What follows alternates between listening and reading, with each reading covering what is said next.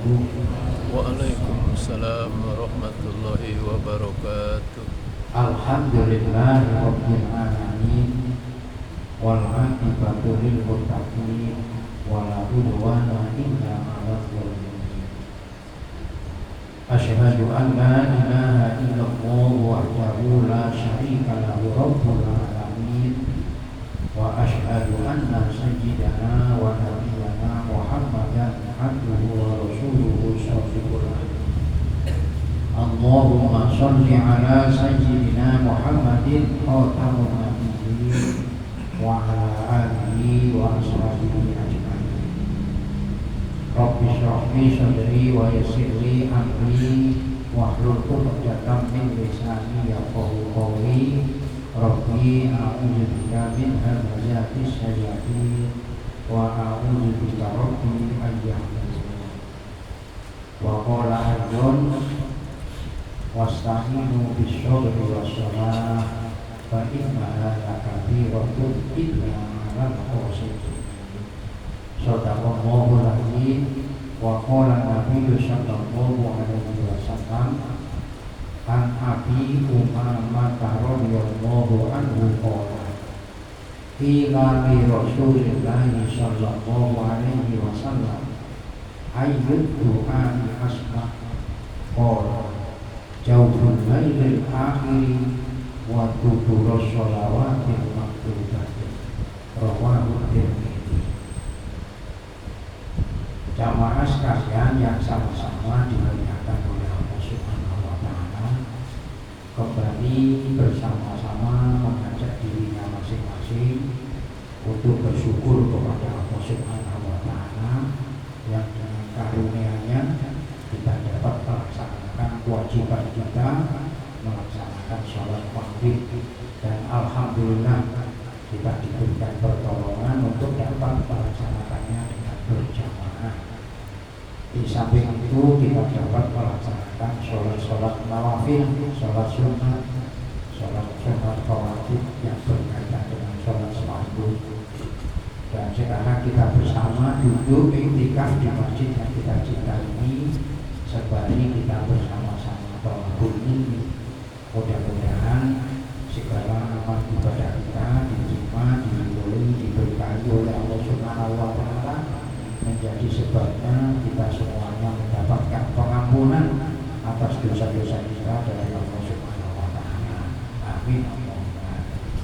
Shalawat serta salam kita aturkan kepada junjungan kita Nabi Muhammad sallallahu alaihi wasallam. Semoga kita semuanya selalu mendapatkan hidayah dari Allah Subhanahu wa taala, sehingga kita mengajak diri kita masing-masing mengikuti apa yang telah dituntutkan oleh Nabi kita Muhammad sallallahu alaihi wasallam melewati guru-guru kita. Mudah-mudahan kita semuanya diberi oleh Allah ilmu yang bermanfaat. Amin.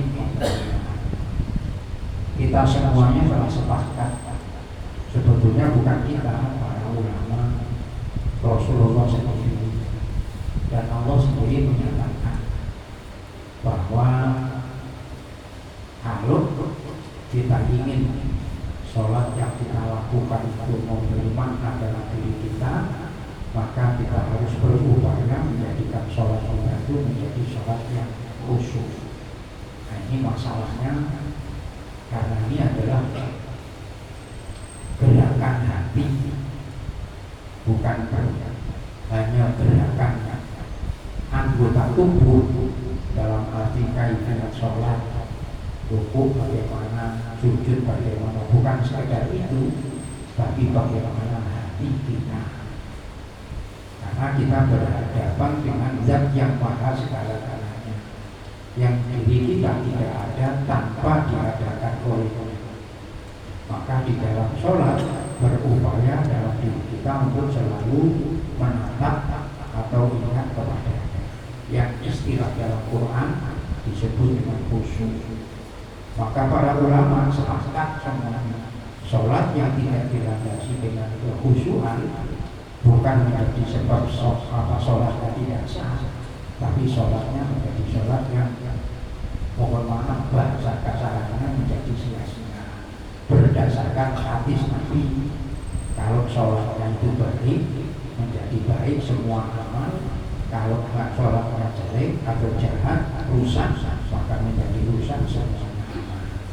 Nah, rusaknya ini bukan baiknya, bukan kaifiatnya, bukan sekedar kalau kaifiatnya itu rusak, artinya tidak terpenuhi rukun yang ditentukan, menjadi sebabnya tidak sah sholat. Tapi apabila hatinya yang rusak, ini menjadi sebabnya perbuatan sholat ini menjadi sia-sia nilainya di sisi Allah. Yang sudah saya jelaskan berkali-kali. Lalu sholat itu nanti diibaratkan seperti kain yang kuman.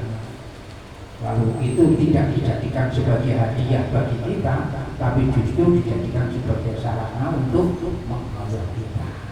Artinya sholat yang kita lakukan tidak memberikan manfaat, tapi justru menimbulkan mudarat. Nah, ini masalahnya. Nah, ini penting bagi kita untuk kita mensikapi ini sholat. Qad aflahal mu'minun alladzina hum fi sholatihim khashi'un. Nah, di dalam Quran ayat-ayat yang lain yang menjelaskan bagaimana semestinya sholat itu menjadikan benteng dalam kehidupan kita, sehingga Allah sendiri memerintahkan kita untuk menjadikan sholat sebagai penolong kita. Dan kita sudah hafal semuanya itu, wasta'inu bis-sabri was-shalah wa innaha lakabiratun illa 'alal khashi'in. Nah, ini kita diperintah oleh Allah agar kita mampu menjadikan sholat sahabat itu sebagai penolong kita. Tapi itu berat kata Allah Subhanahu wa ta'ala, kecuali bagi orang-orang yang sholatnya penuh dengan kekhusyuan. Maka kita berjuang hati kita.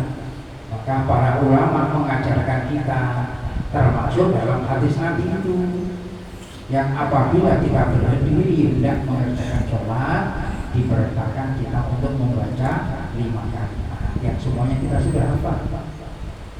Dan itu ada di dalam hadis yang sudah kita pelajari beberapa waktu yang lalu.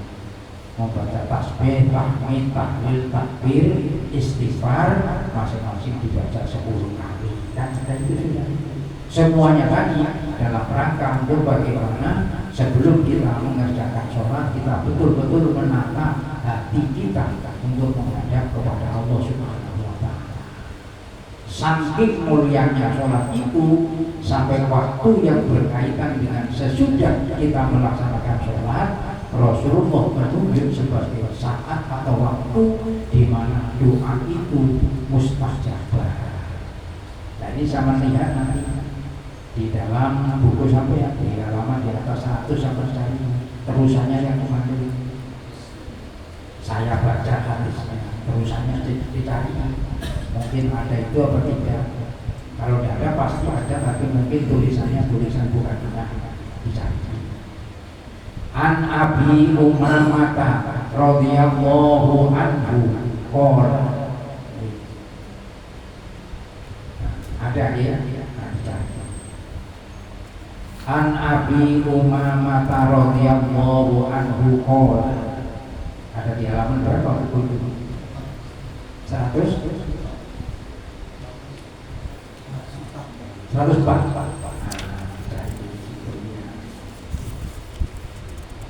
Supaya nanti ada kita bisa ini ada pengalamnya. An Abi Umamah radhiyallahu anhu qala, dari Abi Umamah radhiyallahu, mudah-mudahan Allah meridhoi anhu kepada Abu Umamah. Qala, berkata Abu Umamah, ila li Rasulillah sallallahu alaihi wasallam, ditanyakan kepada Rasulullah sallallahu alaihi wasallam. Ada sahabat yang bertanya terhadap Rasulullah. Jadi Rasulullah ditanya oleh para sahabat. Apa pertanyaannya sahabat itu? Ayyud du'ai asma, ya Rasulullah, kapan doa itu didengar, diijabah oleh Allah Subhanahu wa ta'ala? Apa? Bukan berarti kalau yang lain-lain itu tidak diijabah, tidak. Doa orang mukmin, orang muslim selalu diijabah oleh Allah Subhanahu wa taala. Kalau sampai itu berdoa minta kaya, itu dikabulkan oleh Allah. Cuma Allah itu maha mengerti, maha tahu dengan sampean dan saya. Kalau sampean nanti dikasih sesuai dengan doa orang sampean dikasih kaya, jangan-jangan sampean justru malah lupa dengan Allah. Maka diberikan kaya nanti sampean. Kalau sekarang nggak diberi, nanti pasti diberi. Kalau sampean betul-betul beriman kepada Allah Subhanahu wa taala. Jadi jangan sampai kita menyatakan memiliki sifat suudzon kepada Allah, berprasangka jelek kepada Allah, doaku nggak didengar oleh Allah. Tidak. Sampai menyatakan bahwa doaku tidak didengar oleh Allah, itu secara ilmu tauhid sampean sudah masuk dalam kelompok orang yang syirik. Karena sampai menuduh terhadap Allah tidak mendengar, padahal Allah maha mendengar. Ini harus hati-hati. Ada yang kadang-kadang ucap seenaknya la ilaha, padahal kalimat itu artinya tidak ada Tuhan. Nah, kalau ini diucapkan bahaya kalau tidak dipahami. Seperti contoh mengucap kalimat ayat surat Al-Fatihah, Bismillah, Bismillah, itu salah. Kalau menggunakan sa itu artinya dengan dosa. Ismun itu dosa. Kalau sa betulnya sin, sin itu antara sa dan shin.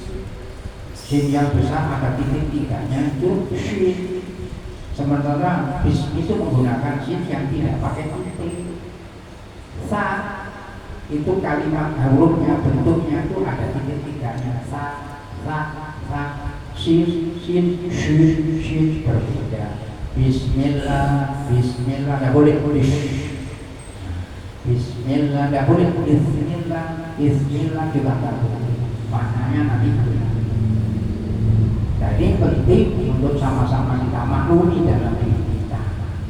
Nah, Rasulullah memberitahu kepada kita doa yang lebih utama atau didengar diijabah afdol adalah Jawful Lailil Akhiri, doa yang dikumandangkan, yang disampaikan pada akhir malam seperti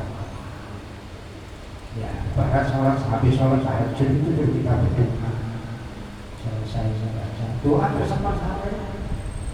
Nah, tentu sampai dan saya pasti berharap di dalam kehidupan kita, baik dunia maupun nanti di alam barzah maupun di hari akhirat nanti, sampai dan saya ingin memperoleh kebaikan, sehingga sampai dan saya setiap doa seolah-olah tidak pernah ketinggalan untuk berdoa dengan kalimat Rabbana atina fid dunya hasanah wa fil akhirati hasanah wa qina adzabannar.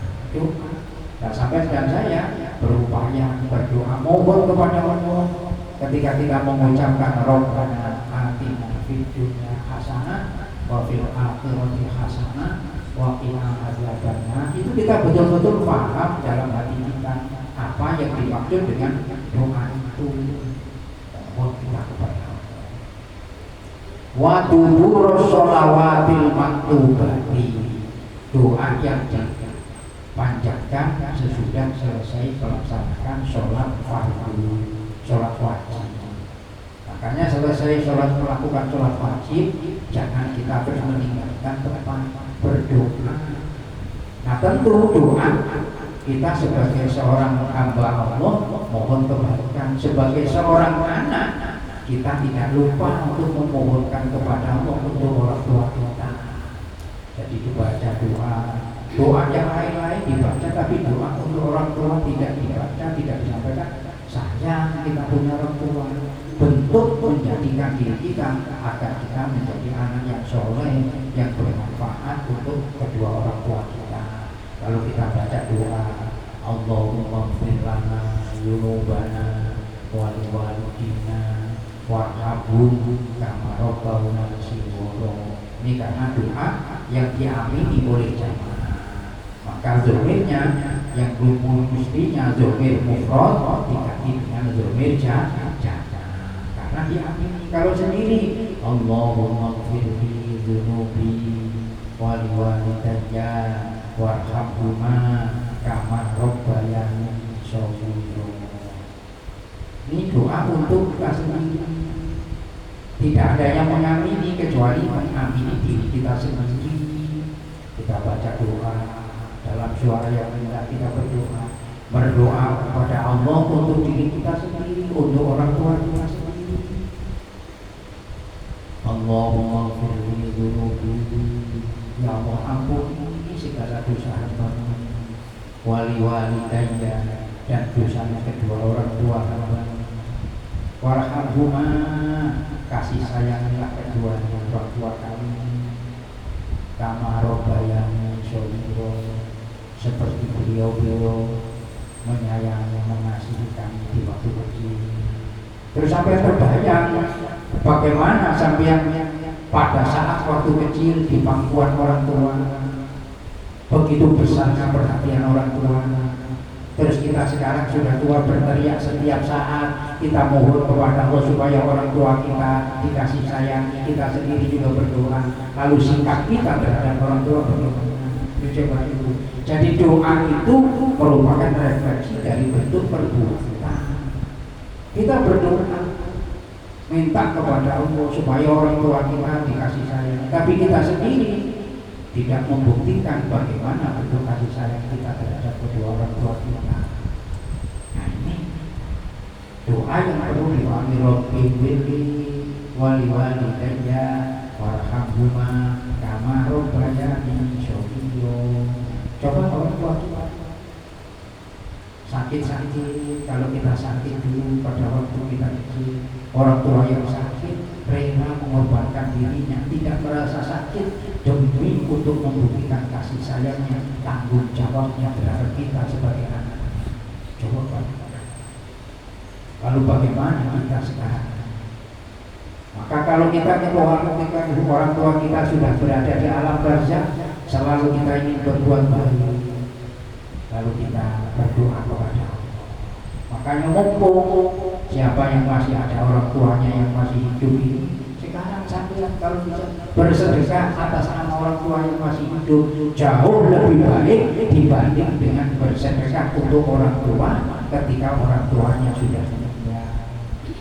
Nah, itu dari sisi tingkatan kebaikannya. Artinya kalau kita bersedekah berbuat baik kepada orang tua dan sesudah orang tua sudah meninggal, nilainya dibandingkan dengan yang bersedekah ketika orang tua kita masih hidup itu lebih utama ketika masih hidup. Tapi setelah orang tua kita meninggal, kita membuktikan diri sebagai anak yang soleh. Nah mudah-mudahan. Makanya ketika sampai punya dimasukkan ke kota, jangan sampai sampai lupa niatkan untuk orang tua.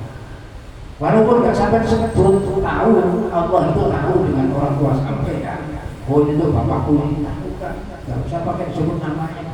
Niatkan dalam hati. Sampai mendapatkan kebaikan, tidak terkurangi sedikit pun kebaikan yang diberikan kepada orang tua kita. Nah, ini mudah-mudahan tinggal bagaimana menata kita. Amal ibadah menjadi sempurna, menjadi berkualitas, itu bagaimana kita. Sama-sama sholatnya 3 rakaat, berbeda sejauh mana artinya bisa untuk menata dalam mengerjakan sholat. Lalu dibuktikannya dalam amal. Sama-sama sholatnya tapi nilainya berbeda. Maka hati dibersihkan. Karena hati inilah tempat untuk bersarangnya sesuatu yang menimbulkan apakah kita menjadikan orang yang khusyuk di dalam sholat atau tidak. Maka saking besarnya nilainya sholat itu, sampai selesai mengerjakan sholat itu Rasulullah menyebutkan waktu atau saatnya berdoa itu dikabulkan oleh Allah. Maka kita yang menyadari begitu besarnya, jangan sampai kita sia-siakan berdoa. Tentu kita berdoa untuk orang tua kita, untuk kita untuk keluarga kita. Pak, saya tidak bisa dengan berdoa dengan bahasa Arab, ya dengan bahasanya sendiri. Allah Maha tahu, tapi yang terpenting jangan lupa untuk mengawali doa itu dengan membaca sholawat. Mau sampai membaca doa dengan bahasa Arab sampai itu nggak bisa, ya nggak usah pakai bahasa Arab, apa-apa langsung saja. Allahumma sholli ala sayyidina Muhammad wa ala ali sayyidina Muhammad. Ya Allah, ampuni segala dosa hamba. Allah mengerti, Allah paham. Nah itu bukan cuma harus bahasa Arab, tidak. Tetapi nanti kalau di surga bahasa Arab itu jadi bahasanya orang surga. Tidak ada lagi sudah sampai yang menggunakan bahasa bahasa bahagia. Ini hadis yang diriwayatkan oleh Imam Tirmidzi. Begitu besar perhatiannya Rasulullah terhadap waktu sesudah mengerjakan sholat. Maka jangan sampai kita menjadi orang yang mensia-siakan yang itu semuanya sudah diberitakan oleh Rasulullah. Ada lagi nih hadis yang diriwayatkan oleh Imam Ibnu Sunni dan Abu Ya'la.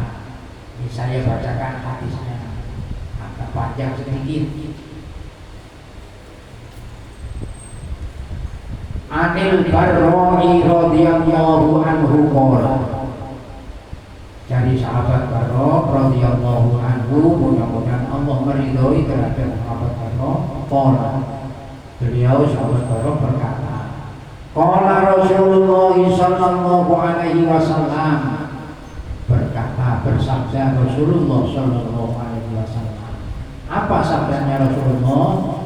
Manis kalfarullah, barang siapa yang beristighfar memohon ampun kepada Allah dubur kulli sholatin, sesudah mengerjakan sholat.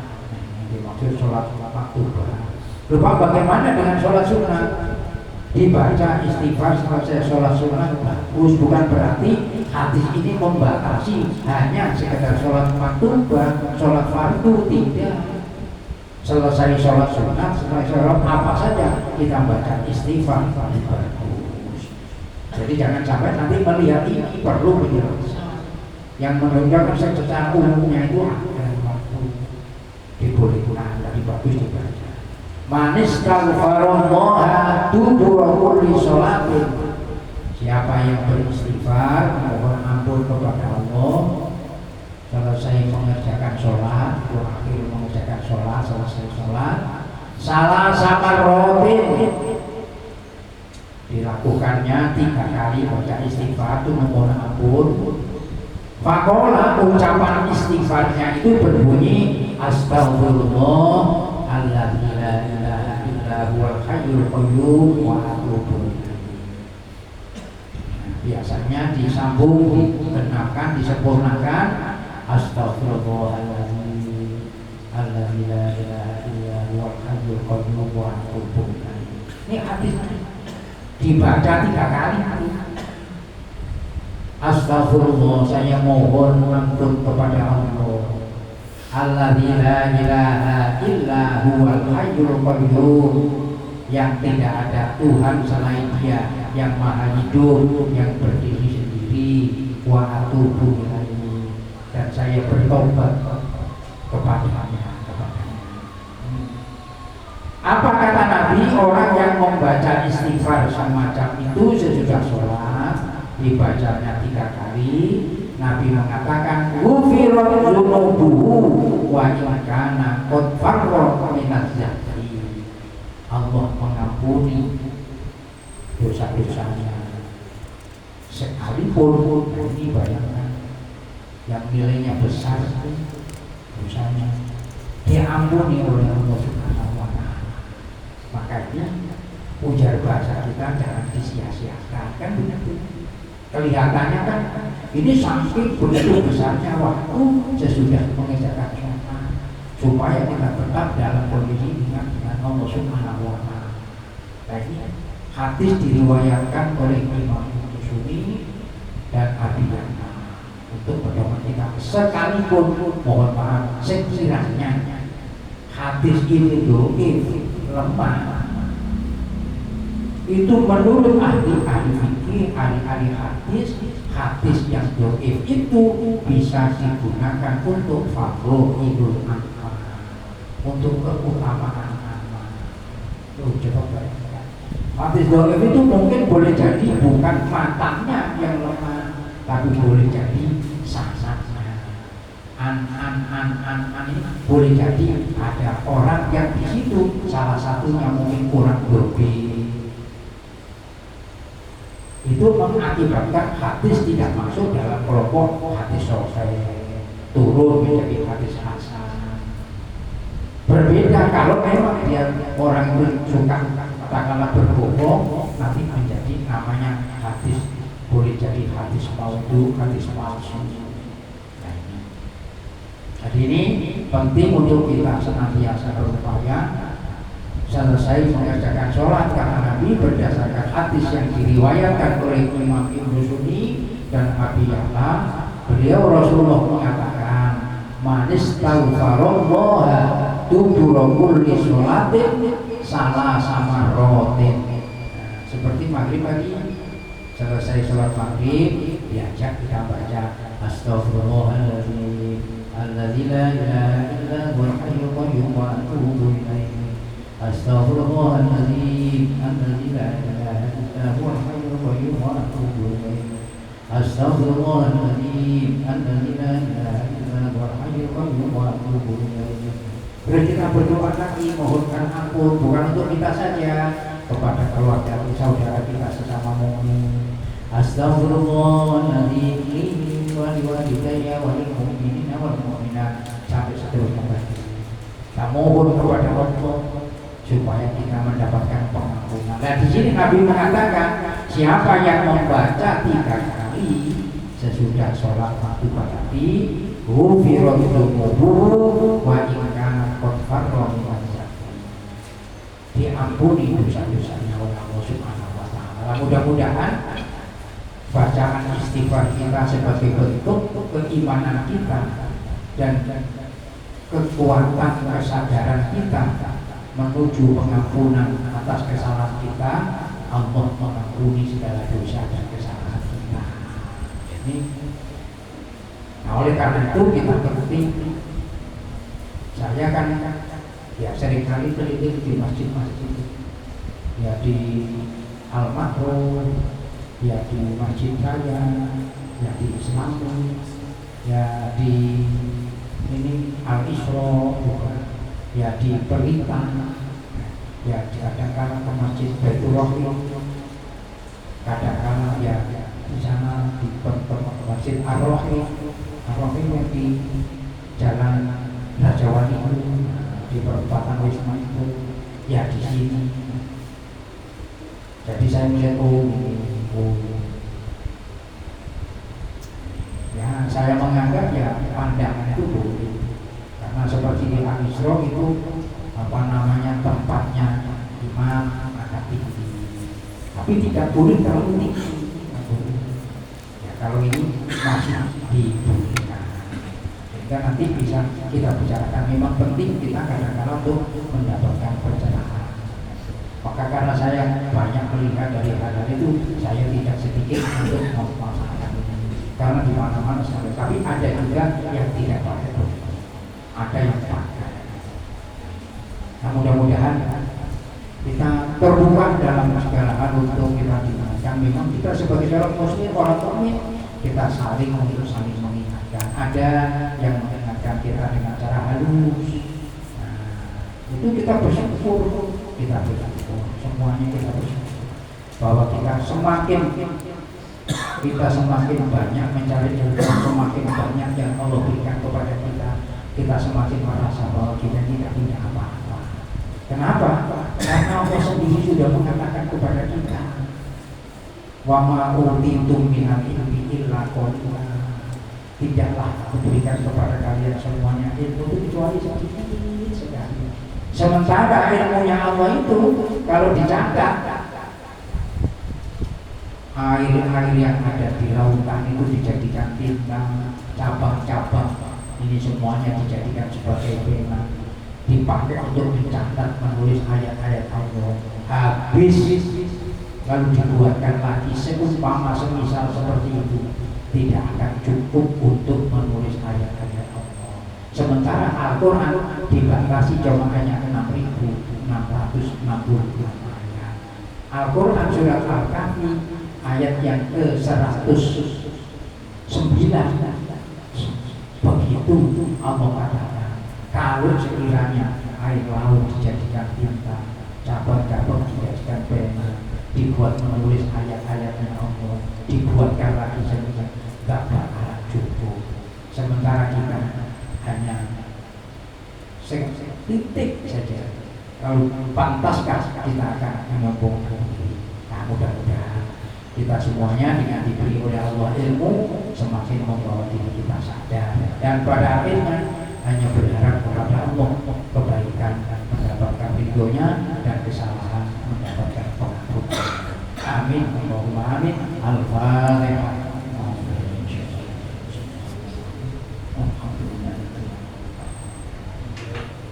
Iya kan.